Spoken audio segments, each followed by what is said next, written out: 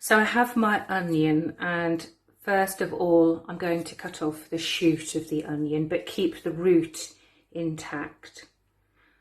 So I'm going to use my knife, holding the knife like this, claw grip, because it's quite wobbly at this stage, so you need to be a bit careful.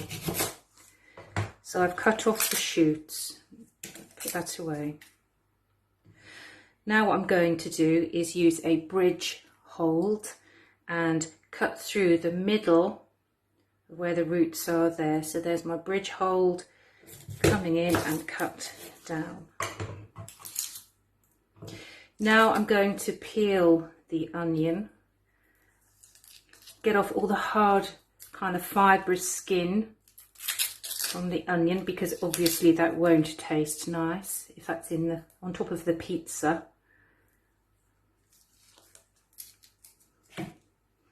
Then what you're going to do is, when the onion is peeled, you are going to find little lines that run down. There are natural little lines, and you are going to cut through, but making sure you don't cut through the root. So be really careful, claw grip.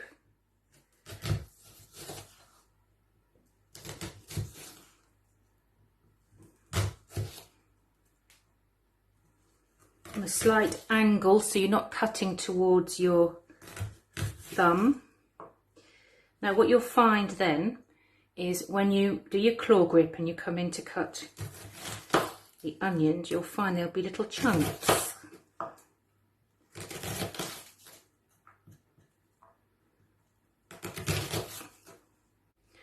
With the pepper, I'm going to move the inside. You can wash out any of the pips. You can remove what are called the ribs, these white bits.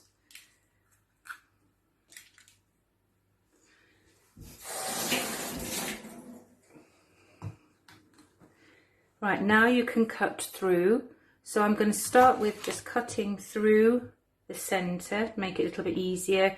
Claw grip like this, and then just slice through. And it's up to you what shapes you would like, whether you want to cut them up really finely.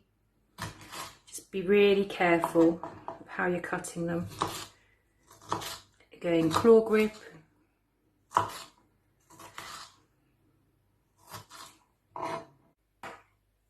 So I'm going to grate 50 grams of cheese. I'm using cheddar. You can use whatever cheese you prefer, or a mixture of cheeses.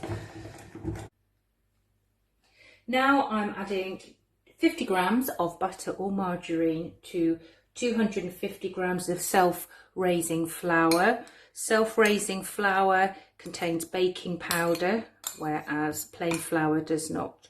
So I'm going to use the rubbing in technique now, so that the fat in the butter or the margarine covers the flour particles.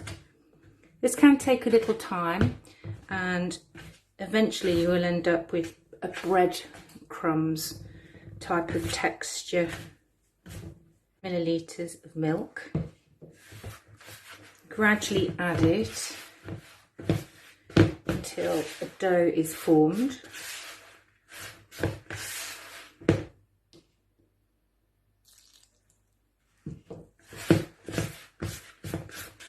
So with your hands, just push it together, give it a little knead so that it all comes together into one big ball.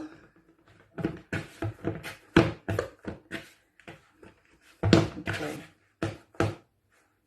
So I'm going to take that out.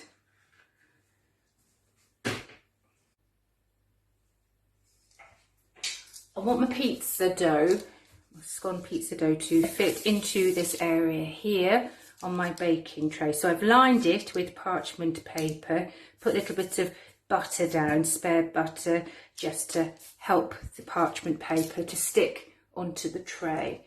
So I'm going to take my dough out of the bowl. It's going to be a little bit sticky. If you have time to chill it in the fridge, that would help. So I'm going to just roll it a little bit into a rectangular shape. it will be quite sticky and it may stick to your work surface. So I'm not going to make it too big right now. So I've got my rough shape there. So I'm going to take my baking tin, put it onto there. Now what you can do now is with your hands, you can just stretch out the dough to kind of any shape you like to fit the shape of your baking tin. Make it obviously quite even. Now you're going to spread the tomato puree over the base. Now remember to leave a gap around the edge.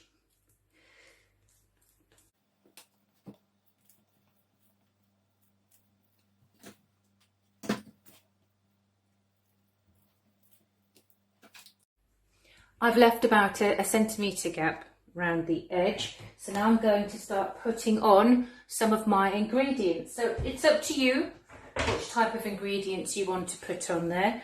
I've chosen some onion that I've chopped earlier and also some red pepper, and I'm going to cover that in my cheese. Obviously you can use mushrooms or any type of meat that you would like. Pepperoni.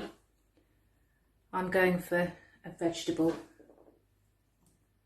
I like quite big chunks of my pepper.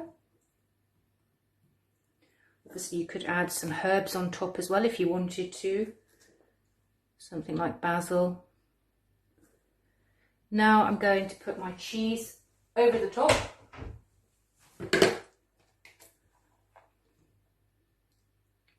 And I'm going to put it in a preheated oven of 180 degrees. That's a fan oven.